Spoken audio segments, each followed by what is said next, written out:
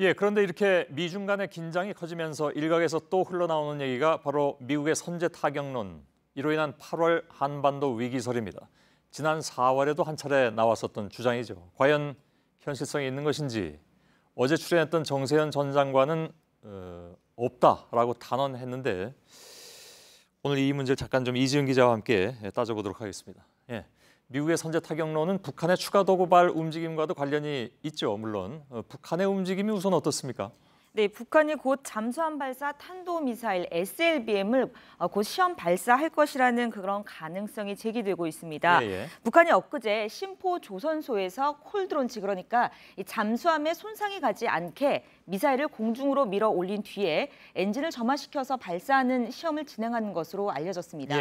여기에 북한 풍계리에서 6차 핵실험을 할 가능성도 계속 제기가 되고 있습니다. 예. 그러면서 이제 한반도 위기설이 계속 나오는 건데 실제로 미국, 중국 모두 무력 시위를 하고 있는 상황이기도 하잖아요. 네, 그렇습니다. ICBM급 첫 시험 발사 직후 한미 양국이 현무와 에이테킴스 미사일을 가지고 이 북한 지도부를 정밀 타격하는 훈련을 실시했습니다. 또 미국의 장거리 전략 폭격기 B-1B가 한반도 상공에서 무력 시위를 하기도 했습니다. 이와 함께 양국군의 새로운 무기들의 시험 발사도 계속되고 있는데요. 우리 군은 북한 전역을 공격할 수 있는 현무 투시 미사일도 개발해서 최근 시험 발사를 했습니다.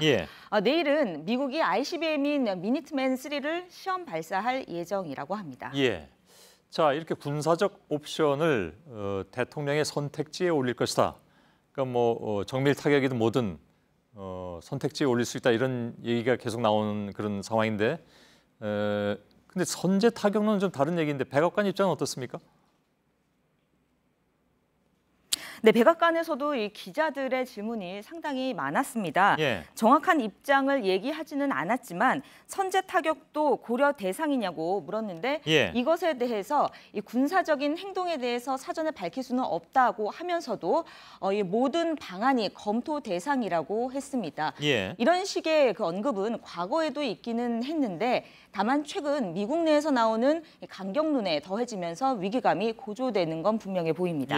근데 이 선제 타격이라는 건 현실적으로 가능한 거냐 하는 부분에 있어서 대부분 전문가들이 그렇지 않다고 얘기를 하고 있는 상황 아니겠습니까? 네, 전문가들은 대체적으로 불가능한 계획이다, 이렇게 입을 모으고 있습니다. 그 이유로 세 가지 불확실성을 근거로 설명하고 있는데요. 네, 먼저 이 타격할 타깃의 불확실성을 볼 수 있겠습니다.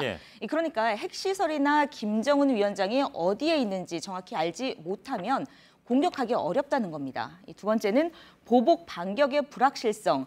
그러니까 우리가 선제 타격을 하면 그것으로 끝나야 하는데 북한이 보복 반격을 할 가능성이 상당히 크다고 하는 겁니다. 이렇게 되면 전면전이 될 수밖에 없고 우리나라의 큰 인명 피해가 예상이 되는 것이죠.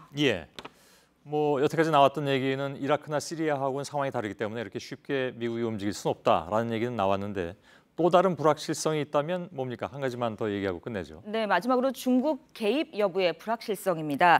이 대부분의 북한 이 핵심 시설들이 북중 접경 지역에 있기 때문에 자칫 중국에 피해가 간다면 혹은 중국이 피해를 우려한다면서 개입을 할 가능성이 크다는 겁니다.